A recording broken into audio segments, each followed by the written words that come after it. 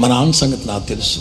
మా నాన్న ధర్మరాజు, హిందువుల్లోంచి వచ్చాం గనక, 5 అన్నదమ్ముళ్ళు గనక మా నాన్నని ధర్మరాజు అనేవాడు. మా నాన్న కుటుంబాన్ని ముందుకు తీసుకెళ్ళడానికి ఎంత ప్రయాసపడేవాడు. I know my father. మా నాన్న ఇబ్బంది పడుతున్నాడనే, మా నాన్న మీద ఆధారపడకూడదని నేనే, ఇక స్నేహితులు ఏమైనా అనుకుంటారేమో, ఫ్రెండ్స్ ఏమైనా అనుకుంటారేమో, సమాజంలో చిన్నతనంగా ఉంటుందేమో, లెట్ ఇట్ బి, నాకు అవన్నీ అనవసరం. మా కుటుంబం సంగతి నాకు తెలుసు, మా ఫ్యామిలీ సంగతి నాకు తెలుసు.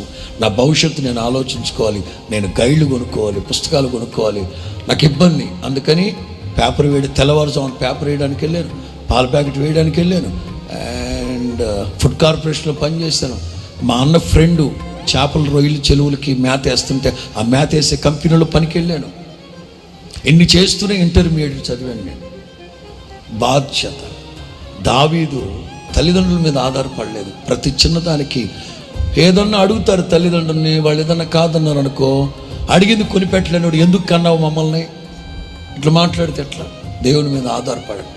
యవనస్తులకు నేను చెప్తున్నా, మీకు ఏది అవసరమైనా ప్రభు పాదాలు పట్టుకోండి, ప్రభు పాదాలు పట్టుకోండి. మీ ప్రతి అవసరాన్ని నా ప్రభు తీరుస్తాడు.